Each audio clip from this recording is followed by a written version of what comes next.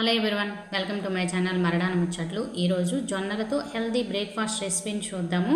తొందరగా బరువు తగ్గాలనుకునే వారికి, డయాబెటిక్స్ ఉన్న వాళ్ళకి హెల్దీ బ్రేక్ఫాస్ట్ అనమాట. ఇది చిన్నపిల్లల నుంచి పెద్దవారి వరకు ఎవరైనా తినచ్చు.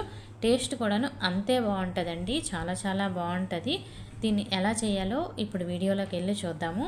ఇప్పుడు ముందుగా ఒక గిన్నె తీసుకొని ఆ గిన్నెలో మన ఇంట్లో ఉండే ఏ కప్పు అయినా పర్వాలేదు, కప్పు జొన్నలు తీసుకోండి. నేను తీసుకునే జొన్నలు 2 మెంబర్స్కి వస్తుంది అనమాట.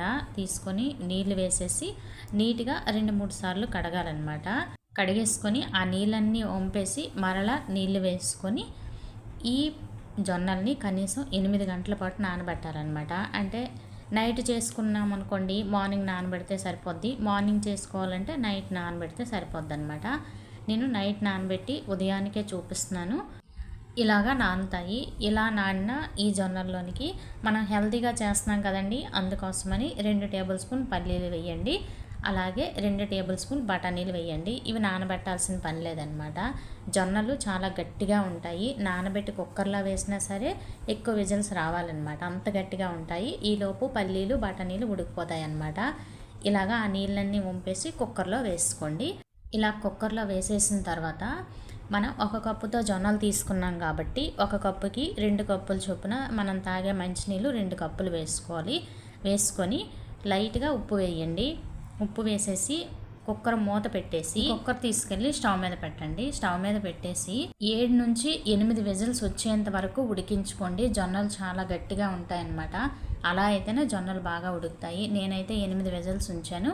8 విజిల్స్కి వాటర్ కూడాను ఏమీ లేకుండా చక్కగా చూసారా ఎంత బాగా ఉడికిపోయాయో. ఒకవేళ మీకు వాటర్ ఎక్కువ ఉంది అనిపిస్తే ఆ వాటర్ ఏమీ వంపేయకుండా స్టవ్ మీదే పెట్టి అలా కలుపుతూ ఉంటే ఎగిరిపోద్ది అనమాట. అలా చేసుకుంటే చాలా హెల్దీ అనమాట, వాటర్ బయటకు పోకుండా. చూస్తున్నారా, జొన్నలు కూడాను చక్కగా ఉడికిపోయాయి. అలాగే పల్లీలు బఠానీలు అవి కూడాను బాగా ఉడికిపోయాయి. ఇప్పుడు వీటిని పక్కన ఉంచుకోండి. ఇప్పుడు స్టవ్ పై కడాయి పెట్టి అందులో 1 టేబుల్ స్పూన్ ఆయిల్, అలాగే 1 టేబుల్ స్పూన్ బటర్ వేయండి. బటర్ కరిగిన తర్వాత 1/2 టేబుల్ స్పూన్ ఆవాలు, 1/2 టేబుల్ స్పూన్ జీలకర్ర, 1/2 టేబుల్ స్పూన్ మినప్పప్పు, 1/2 టేబుల్ స్పూన్ శనగపప్పు వేసేసి ఇవి లైట్గా వేగాలన్నమాట. ఇవి ఇలా వేగిన తర్వాత ఇందులోనికి మీడియం సైజు ఉల్లిపాయని ఇలా ముక్కలుగా కట్ చేసి వేసుకోండి. అలాగే మనం తినే కారాన్ని బట్టి 7 నుంచి 8 పచ్చిమిర్చి చీలికలు వేయండి.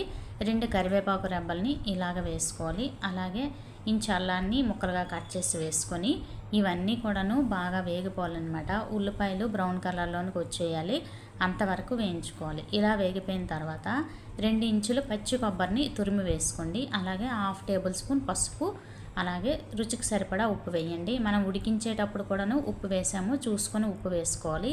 ఇవన్నీ వేసేసిన తర్వాత మరలా మొత్తం అంతా ఒకసారి కలిపేసిన తర్వాత ముందుగా ఉడికించుకున్న జొన్నల్ని వేసేయండి. వేసేసి మరలా మొత్తం అంతా కలపండి.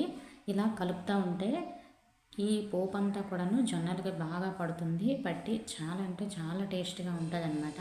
ఇలా మొత్తం అంతా కలిపేసిన తర్వాత ఫైనల్గా కొద్దిగా కొత్తిమీర కూడాను వేసేసి మరలా మొత్తం అంతా ఒకసారి కలిపేయండి. అంతేనండి, జొన్నలతో ఈజీగా చేసుకునే ఈ బ్రేక్ఫాస్ట్ని ప్రతి ఒక్కరూ ట్రై చేయొచ్చు, ప్రతి ఒక్కరూ తినొచ్చు అనమాట.